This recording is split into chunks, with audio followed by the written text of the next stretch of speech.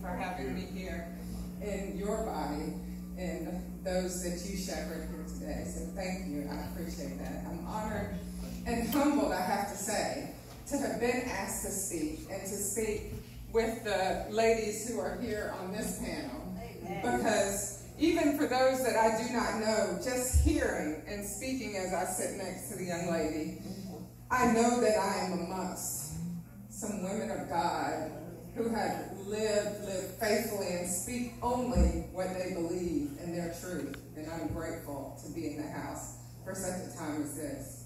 I'll start with Evangelist Cater's story about that time in court. The judge was sitting in for one of the Superior Court judges, Judge Fodderford, for who Evangelist Cater was bailiffing for. That judge was the chief magistrate judge for Cobb County.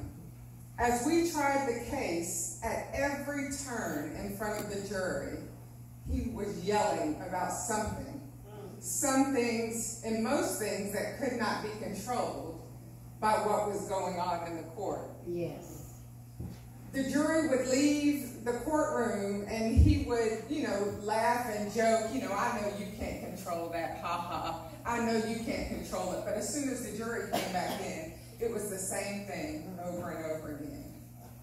But as Sister Melody preached, you have to be yourself, be your best self, and be your best self for others. Amen.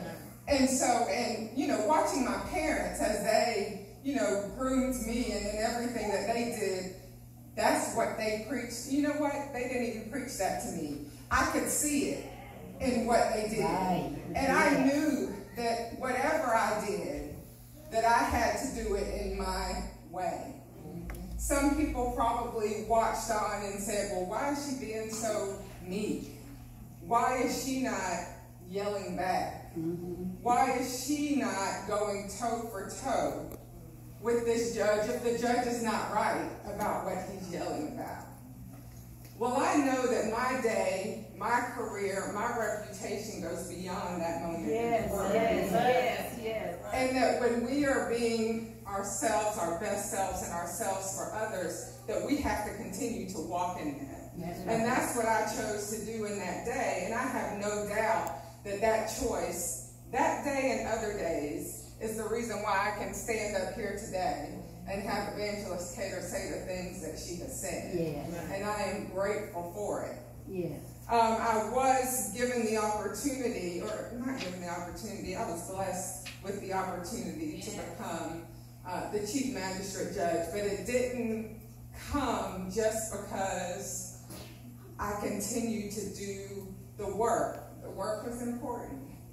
But I have been a lawyer, about 10 years before I decided to run for office the first time in 2012. And so for 10 years, I was doing what I did in my job not without God in my life, because he was always by my side. But I don't know that I had him in me. I sat in church, and I've been in church. It's not about not being in church. I've been in church. I was sitting in church late January 2012, and our pastor, Pastor Howard Holmes, was preaching about failing strength and not having strength in what we do because of our own iniquities or just not doing the things that we should be doing. And when I tell you my chest was tight, it was just balled up. I didn't know what was going on. And I'm always cold, never hot. Started getting hot, just chest high. I didn't know what to do. And it wasn't a feeling of sickness. I didn't feel sick. I wasn't concerned that I was having a heart attack, but I knew that there was something different about what I was feeling that day. And at some point, I just had to scream out and say, Lord, forgive me. Lord, I want to rededicate myself to you. Yes. Came up when the opportunity, and the pastor presented the opportunity for people to come up. and said, I want to rededicate myself to the Lord. Oh, yes. And did it that day. Yes. And I said, I want to be taken down in the name of Jesus Christ, my Lord and Savior.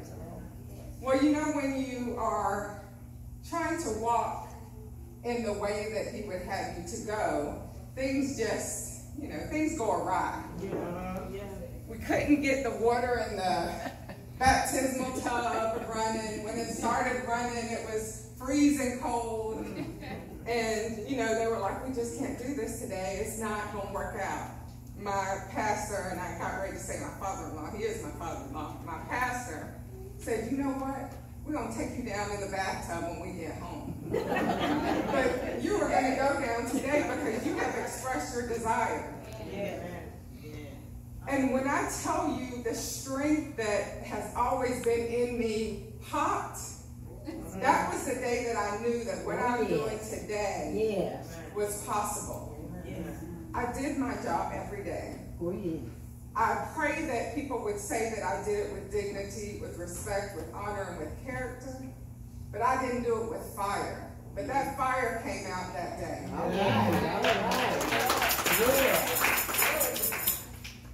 About a month later, there would be a week of qualifying for judgeships or whatever offices were available for election at that time. Now, anybody who has run for office knows that you should be about your business before the month before qualifying. But I knew that there was a void in Cobb County in the judicial system. Yes. And I knew from a little child, I wanted to be a lawyer, I wanted to be a judge. But I never thought about what I have to do to get to that place. And before that moment in late January 2012, I would not have had the strength to go out and say, I'm going to qualify to run for judge. Because I know that I can do it, and I know that my community needs me. Now, I wasn't financed, I didn't have any money to run. I didn't know anything about politics.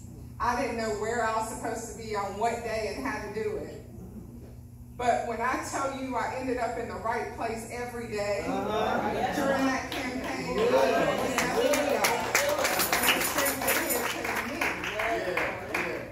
So come July, I think maybe it was 31st, I can't remember the date at this point, election day, the returns are coming in. And no, I did not win in 2012. There were 4 of us running. I told you I didn't win, so I didn't come in first. I didn't come in second. I didn't even come in third. I was 4th. But that day I won because I was equipped with the things that I needed to keep going forward. I knew that not only was God with me, but he was in me. And when putting him in me gave me all those tools that you talked about that I needed to be myself, my best self, and my best self for others. I knew at that moment. And who in here knows that while I or you may not be in that right place at the right time, that our Lord puts people in the right place at the right time for your benefit. And he did that for my benefit. And the call came in March of 2015, so almost 4 years. March 13th will be 4 years that I've been the chief magistrate judge. That call came. And for those people who, I believe, some might say, I did this for you because I can. I know who put them in the place to be able to do for me that blessing of appointing me chief magistrate judge, and then the following year being elected chief magistrate judge. But so you know now a little bit of my story and the strength and where my strength came from, and to whom I pray every day for the wisdom and discernment to do the right thing in that courtroom every day. And when I'm in that courtroom, I don't have people that work for me. people work with me to do the job that has to be done. Yes. Now, as the judge, I can pretend that I can do every single job in that courtroom. But that's not my role.